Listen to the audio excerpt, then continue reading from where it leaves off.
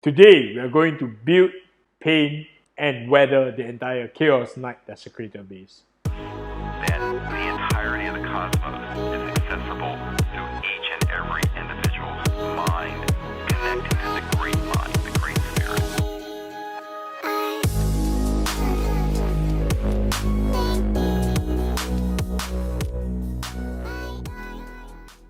Welcome to the channel, collectors. This is the last video of the Chaos Knight Desecrator series, and I hope you have enjoyed it thus far. In this video, we're going to learn how to build, paint, then weather the Chaos Knight Desecrator base. As mentioned, this video is part of a greater series of tutorials where I paint the Chaos Knight Desecrator mostly using the overbrush technique so that I can get it as fast as possible so that I don't need to play my first 40k game during the 20th edition. Because I use the overbrush technique very prominently in this series. If you're not sure of what the overbrush technique is, new to the overbrush technique, or want to learn more about overbrushing, you can check out the overbrushing video right here. So, if you're ready to create this really narrative based on the Chaos Knight Desecrator, let us begin. Alright, welcome back to the video. Today we'll be constructing the base for the Knight Desecrator. Right now I'm just customizing some of the bits so that we can place these bits on the Knight Desecrator.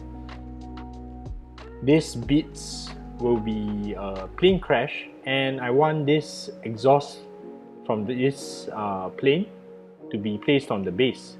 So I would probably think that this will look a lot more realistic if this part of the exhaust is half submerged in the dirt.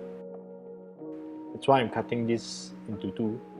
So right now I'm using a rotary tool with a very fine drill bit to perforate the edge so that we can break this bit into two pieces. Just take your time, careful don't cut yourself. And this is the broken bit right here. Alright, so the next step, we're also going to weather this engine block right here. I'm going to use a rotary tool with a pretty large drill bit. I'm going to be drilling in some bullet holes. So this is to simulate bullet holes, and to add on the weathering effect, I'm also using this same rotary drill bit to wear off all the 90-degree, all the sharp angles to show that this engine block has been through a lot of damage, and we try to reduce all the 90 degrees, all the sharp edges to some 1 degree so that this looks weathered.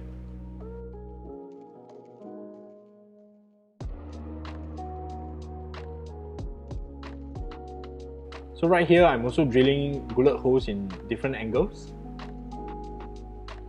to simulate that the plane has been hit in different places before it crashed. Alright, now I'm using a brush with a pretty stiff bristle to dust off the excess plastic dust. Of course, you can't dust away all the plastic dust, and I'm going to show you a tip of what to do later. Right now, I'm going to be using a bit of plastic cement, and using plastic cement, I'm melting away the excess plastic dust so that we can move on to the next stage of creating more realistic bullet holes.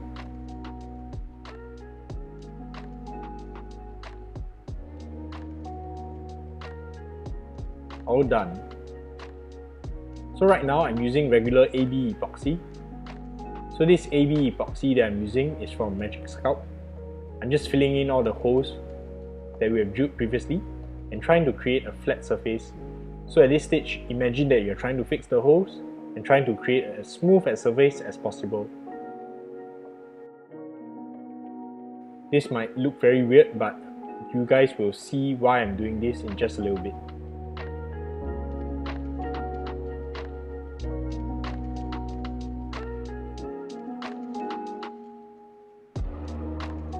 So with a silicone tool, I'm also smoothing out the epoxy to create as flat a surface as possible. One tip that I can give you is add a little bit of water to your tool so that you can create a smooth surface. Right here I'm using the end of a brush. You want to use the end of the brush which is a little sharper like this one, and press it into the hole. Try to push it into the hole at multiple angles because this is how metal will deform when a shell hits an armored surface. I learned this from watching a few scale modeling videos, and I think that this is a small little detail that you should be adding in.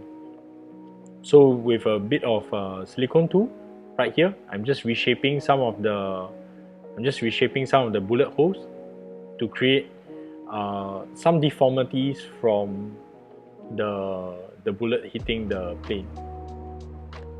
Okay, now we're going to mark the position of the Knight Desecrator onto the base. I'm using a white color pencil, and I'm just drawing in where the toes will be contacting the base. You don't want to put bits in this area because that will prevent the Knight Desecrator from being fully attached onto the base.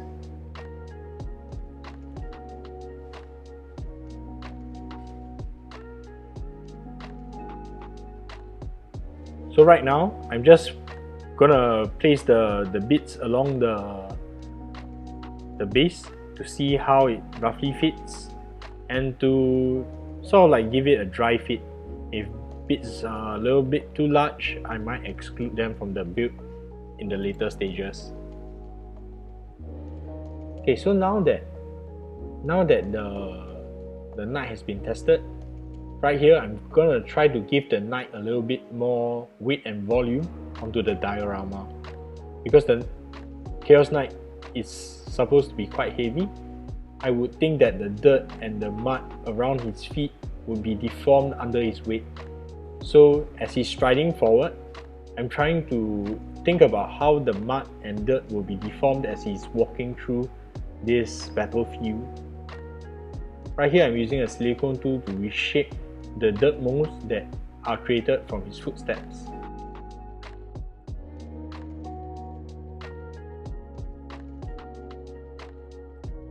Just remember, this is a hot tip for all you guys. Always remember to dry fit and to look at the model to make sure that this looks realistic before allowing the epoxy to dry. The epoxy has a working time of about 3 to 4 hours. However, towards the end of the 3 to 4 hours, the epoxy becomes really tough. So you want to do this within the first half an hour or so.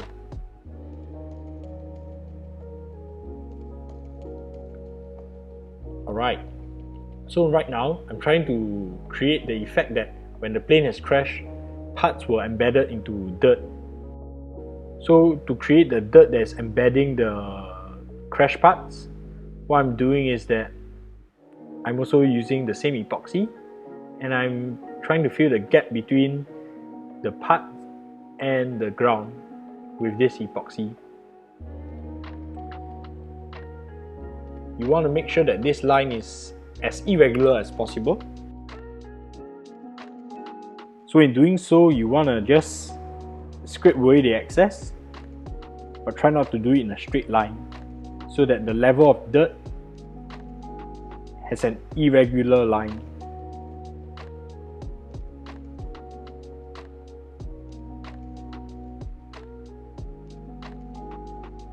You can also add a little bit of water to your silicone tool, because this will soften the sculpting epoxy and you make this process a lot easier.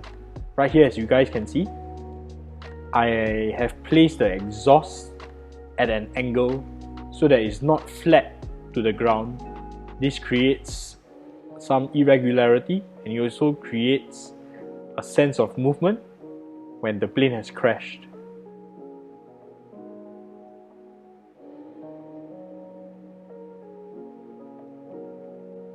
So now all the bits have been placed in. In the same way, I'm going to be filling in the excess gaps with Games Workshop texture Sterland mud. At this stage, you want to cover all the volumes that you have created and try to fill in all the excess gaps. Because when things fall into dirt, they don't really have a gap next to them, and you have to use this finer grit texture paste to fill in all that gap. Just take your time with this. I'm currently using a really old brush. I've seen many other painters use too small a brush, and the brush marks are visible when you paste the texture paste onto the surface. So what you can do is use a bigger, older brush and in a stippling fashion, fill in the gaps. I find this to be the most efficient and most realistic way of how to put texture paste. So here's another angle of me putting texture paste onto the base. I try to get as close as possible to the bits, and where the epoxy contacts the base, I place additional texture paste to ensure that there are no gaps between the epoxy and the base.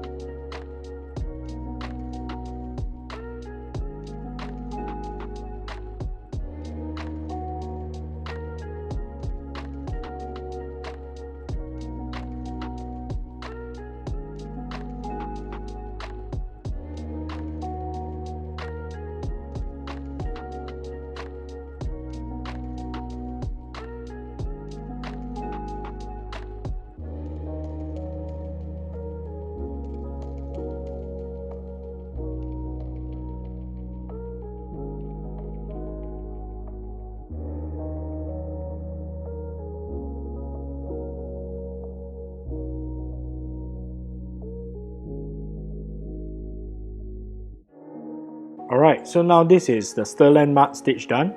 I'm going to be using AK Dark Earth to create some variation of texture. I like to have several different colors of texture paste on my models because they give a variation of colors and also texture. I find that brands don't make their texture paints equally, and this provides a more realistic base for the model to stand on. Alternatively, what I can also recommend that you do is you can also mix in different colors from the same manufacturer, such as I might mix Sterland Mud with Aristo Granite to create a different effect and a different color. At this point of time, what I would recommend that you do is try to stipple this as randomly as possible.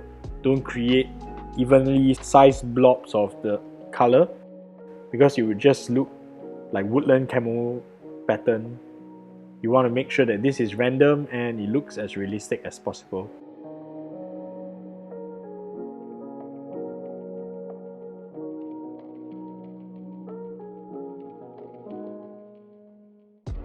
So I'll just be doing this and I'll be showing you the final result in just a little bit. In the next video, I will be painting in this base and I'm going to show you guys the little details that I painted in to tell a narrative story about this base. So I hope you enjoyed the video and watched to the end. Now is actually a good time to like and subscribe. Thanks for that if you've already done so. And I will catch you in just a little bit.